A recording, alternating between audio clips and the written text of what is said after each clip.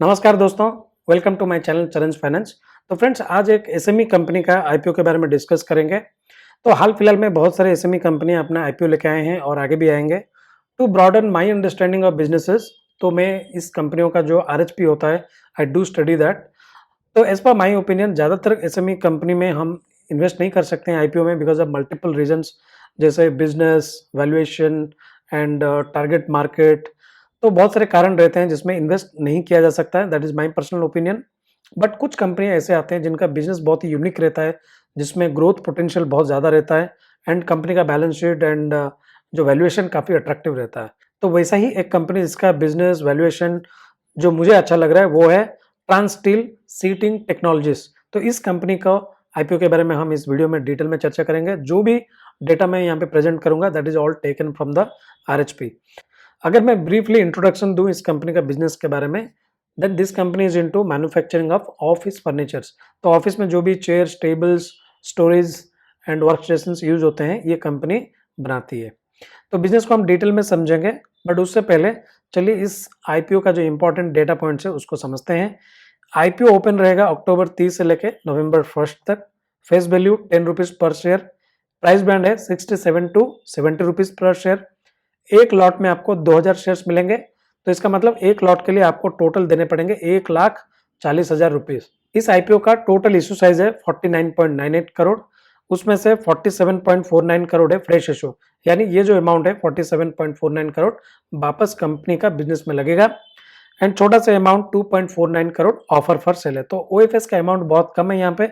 ज्यादातर अमाउंट जो है फ्रेश इशू है जो कि बिजनेस में वापस लगेगा, which is very positive for this company, क्योंकि यहाँ पे मैनेजमेंट चाहती है जो पैसे लेके आगे बिजनेस को और ग्रो करे।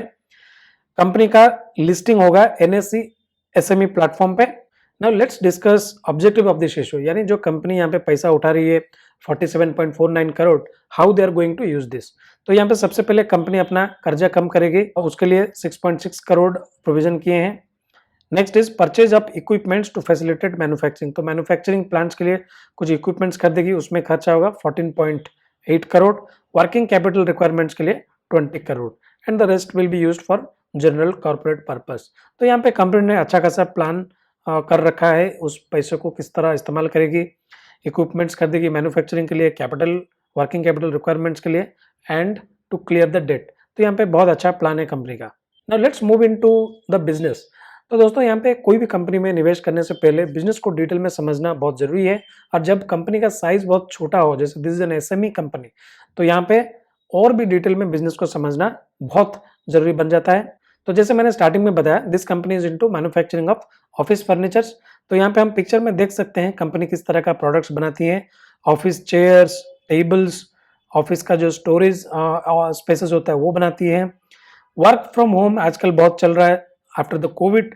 तो वर्क फ्रॉम होम में जो भी हमें चीजें चाहिए जैसे वर्क स्टेशन, चेयर्स, स्टोरेज, तो इस तरह का प्रोडक्ट्स भी ये कंपनी बनाती है। और ये कंपनी का जो फर्नीचर सोल्यूशंस है they are like very good with design, value provide करते हैं कस्टमर्स को and they focus on ergonomics. Ergonomics पे इसीलिए फोकस करते हैं क्योंकि they want that their customer should feel comfort when they use their product. क्योंकि चाहे ऑफिस हो या घर में हो, हम घंटों तक for multiple hours we do sit on the chair and we use our office furnitures. तो यहाँ पे कंफर्ट रहना बहुत जरूरी है और कोई हेल्थ इश्यूज ना आए उसके ऊपर भी ध्यान देना चाहिए, जो ये कंपनी काफी फोकस करती है। कंपनी का बिजनेस वैसे तो 2 डेकेड से चल रहा है, बट 2019 के बाद कंपनी ने काफी स्ट्रेटेजिकली चेंज किया, जिसके चलते उनका बिजनेस में बहुत बड़ा जंप आया। सबसे पहला चीज जो कंपनी ने अपना बिजनेस मॉडल में इंट्रोड्यूस किया वो है डिजिटल फर्स्ट अप्रोच। वो ऑनलाइन आ गए, डिजिटली अपना चीजें सेल करना चालू कर दिया। बिजनेस टू बिजनेस सॉल्यूशंस पे फोकस किए, जहां पे ये क्या करते हैं, जैसे चाहे वो छोटा सा रेस्टोरेंट हो या कोई एजुकेशनल इंस्टीट्यूट हो या बड़े कॉर्पोरेट्स जैसे एलआईसी, इन्फोसिस, उनको वो अपना फर्नीचर्स प्रोवाइड करते हैं। टेंडर एंड बल्क सप्लाई में भी पार्टिसिपेट करते हैं।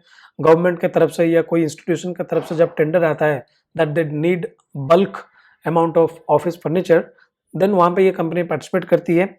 एंड इनके पास supply ready to use furnitures भी रहता है। जैसे हम वर्क फ्रॉम होम के लिए अगर इस्तेमाल करना चाहेंगे तो जो फर्नीचर्स ऑलरेडी बन के रेडी है उसको डायरेक्टली हम शिप कर सकते हैं। तो ये सारा जो अप्रोच कंपनी ने लाया digital first, direct to consumer, उसके चलते उनका बिजनेस में काफ़ी सुधार आया है, काफ़ी ग्रोथ हुआ है, जो आगे जाके हम देखेंगे किस तरह वो उनको हेल्प किया। कंपनी का जो मैन्युफैक्चरिंग फैसिलिटी है right now that is situated in Yeshwantpur, Bangalore में है। तो देखिए यहाँ पे कंपनी का पास असेंबली लाइन्स ऑलरेडी यशवंतपुर में है, बट वो कुछ पार्ट्स कॉन्ट्रैक्ट मैन्युफैक्चरिंग करते हैं थ्रू देयर वेंडर्स, और वहां से पार्ट्स बन के जब आता है then they assemble those parts in their assembly lines in their manufacturing facility at Yeshwantpur. अगर लोकेशन वाइज ब्रेकअप देखें कि जियोग्राफिकल कैसा इनका रेवेन्यू ब्रेकअप है, तो यहाँ पे देख सकते हैं जो बिग मेट्रो सिटीज है वो ज़्यादा कंट्रीब्यूट करते हैं। डायरेक्टली अगर मैं FY23 का डेटा देखूँ, 30% बेंगलोर से आता है, 15% Chennai, 20% Hyderabad, Delhi NCR 20%, 10% Mumbai, 3% Pune and others 2%। तो यहाँ पे जो बिग मेट्रो सिटीज है वहाँ से ज़्यादा कंट्रीब्यूशन आता है, विच इज़ प्रेटी ऑब्वियस, क्योंकि ज़्यादातर जो IT कंपनियाँ हैं, स्टार्टअप्स हैं, वो बेंगलोर, हैदराबाद, दिल्ली एनसीआर में लोकेटेड है। कंपनी ट्रांसस्टील के पास उनका इन हाउस टेक्नीशियंस है जो जाके जो प्रोडक्ट्स है उसका इंस्टॉलेशन एंड आफ्टर सर्विस भी देते हैं। जैसे मैंने बताया 2019 में कंपनी ने अपना स्ट्रेटेजी चेंज किया, डिजिटल फर्स्ट अप्रोच लिया। तो यहाँ पे कंपनी जो रेवेन्यू जनरेट करती है from 3 mediums, online, offline and omni channel. तो यहाँ पे अगर हम ब्रेकअप देखते हैं तो FY21 में 100% रेवेन्यू आया था ऑनलाइन से, ऑफकोर्स क्योंकि कोविड के चलते लॉकडाउन था। FY22 में 80% फ्रॉम ऑनलाइन एंड 20% ऑफलाइन, क्योंकि कुछ हद तक रिस्ट्रिक्शंस कम हो चुके थे, तो डेफिनेटली कुछ ऑफलाइन बिजनेस भी आया। FY23 में 40% online, 30% offline and 30% omni channel, which is a combination of online and offline. तो यहाँ पे हम देख सकते हैं FY23 में जो ऑनलाइन कंट्रीब्यूशन है वो कम होकर 40% आ गया है, still which is big. Now moving to the finance, तो यहाँ पे हम कंपनी का परफॉर्मेंस देख सकते हैं। रेवेन्यू जो था 22 करोड़ था FY21 में, 22 में हो गया लगभग 28 करोड़ एंड 23 में आया 59 करोड़। तो यहाँ पे टॉप लाइन शानदार परफॉर्मेंस आया। अगर यहाँ पे हम पैट देखें, प्रॉफिट आफ्टर टैक्स, तो FY21 में नुकसान हुआ था 0.5 करोड़ का, FY22 में प्रॉफिट आया 1.5 करोड़ एंड FY23 में प्रॉफिट आया 9 करोड़। तो पिछले 3 साल में प्रॉफिट बहुत बढ़िया जंप हुआ है। और 6 मंथ का अगर डेटा देखें, ऑलरेडी कंपनी प्रॉफिट कर चुकी है लगभग 4 करोड़ का।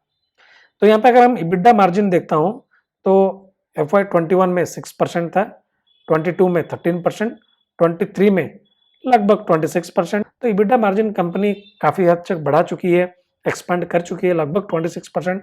तो यहाँ पे देखना पड़ेगा क्या ये मार्जिन सस्टेनेबल है और क्या यहाँ पे कंपनी और बढ़ा सकती है, तो ये तो फ्यूचर का परफॉर्मेंस ही बताएगा। रिटर्न ऑन इक्विटी देखें, कंपनी का रिटर्न ऑन इक्विटी FY22 में था 25%, 23 में 37%। Return on capital employed FY22 में 32%, 23 में 36%। तो यहाँ पे कंपनी का जो फाइनेंशियल मैट्रिक्स है वो बहुत ही जबरदस्त है। Top line, bottom line, EBITDA margin, ROC, ROE, हर पैरामीटर्स पे कंपनी बहुत अच्छा परफॉर्म की है इन लास्ट 3 इयर्स। अगर कंपनी का डेट देखते हैं तो एज ऑफ सितंबर 2023 कंपनी का डेट था 38 करोड़, बट उसमें से 6.6 करोड़ कंपनी चुकता कर देगी after getting the money from this IPO।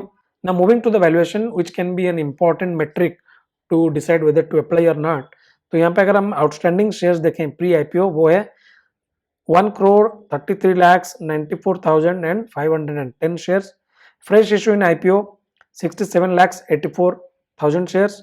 Post IPO जो नंबर ऑफ शेयर्स होगा वो है 2,01,78,510 शेयर्स। तो यहाँ पे अगर हम मार्केट कैप निकालेंगे तो total number of shares into 70 rupees जो पर शेयर प्राइस है, तो मार्केट कैप निकल के आ रहा है 141 करोड़। तो दोस्तों मैं यहाँ पे आप लोगों को एक वार्निंग दूं कि ये बहुत ही छोटी साइज की कंपनी है, 141 करोड़ बहुत ही छोटा साइज है। तो इस चीज को हमेशा ध्यान पे रखिए। जब भी आप छोटे साइज का कंपनी में निवेश करते हैं तो यहाँ पे रिस्क बहुत बढ़ जाता है, क्योंकि कंपनी का साइज छोटा होता है तो यहाँ पे बिजनेस जो वोलेटिलिटी है बहुत हाई रहता है। FY23 का पैट था 9 करोड़। तो अगर FY23 का बेसिस में प्राइस टू अर्निंग निकालें तो market cap 141 crore divided by 9 करेंगे, लगभग 15 टाइम्स आ रहा है, जो कि मुझे लगता है बहुत ही अट्रैक्टिव वैल्यूएशन पे कंपनी ला रही है। अगर कंपनी चाहती तो इसको 20, 25 या 30 भी कर सकती थी, बट वो 15 PE में ला रहे हैं। तो मेरे हिसाब से ये एक बहुत ही अच्छा वैल्यू प्रोपोजिशन है for the investors of this IPO, क्योंकि कंपनी चाह रही है वो भी आगे जाके कुछ पैसा कमाए। तो दोस्तों अगर हम इस आईपीओ को समराइज़ करना चाहें तो यहाँ पे हमने देखा कि कंपनी का बिज़नेस बहुत अच्छा है, डिजिटल अप्रोच है, ऑनलाइन में काफ़ी फ़ोकस है और इनका जो बिज़नेस आता है वो मेट्रो सिटीज़ से आता है, जहाँ पे जो बिज़नेस एनवायरनमेंट काफ़ी तेज़ी से ग्रो कर रहा है। जैसे-जैसे हमारे बिज़नेस बढ़ेंगे, नए-नए कंपनी सेटअप किया जाएगा, चाहे स्टार्टअप्स हो या एक्जिस्टिंग कॉर्पोरेशंस हो, तो डेफ़िनेटली इनको काफ़ी ऑर्डर्स मिलेंगे और इनका जो बिज़नेस प्रोडक्ट्स है वो भी बहुत अच्छा है, क्वालिटी और इनका जो एर्गोनॉमिक्स में फ़ोकस, डिज़ाइन पे फ़ोकस वो बहुत ही अच्छा चीज़ है और इनका जो चैनल डिस्ट्रीब्यूशन है वो भी बहुत बढ़िया है और valuation, coming to the valuation, बहुत ही अट्रैक्टिव वैल्यूएशन है, 15 टाइम्स एफवाई 23 बेस्ड पीई है और बैलेंस शीट भी बहुत अच्छा है, रिसेंटली काफ़ी तेज़ी से ग्रो की है। तो मुझे लगता है कंपनी यहाँ पे बहुत अच्छा प्रपोजिशन छोड़ी है फॉर द आईपीओ इन्वेस्टर्स और यहाँ पे बिल्कुल मेरे हिसाब से, माय पर्सनल ओपिनियन, अप्लाई करना चाहिए। तो फ्रेंड्स ये था इस आईपीओ का complete analysis. I hope you guys like this analysis. Do subscribe to my channel. I will come up with such IPO analysis and also analysis of existing companies. So thanks for watching. See you guys in the next video. Till then, enjoy and happy investing.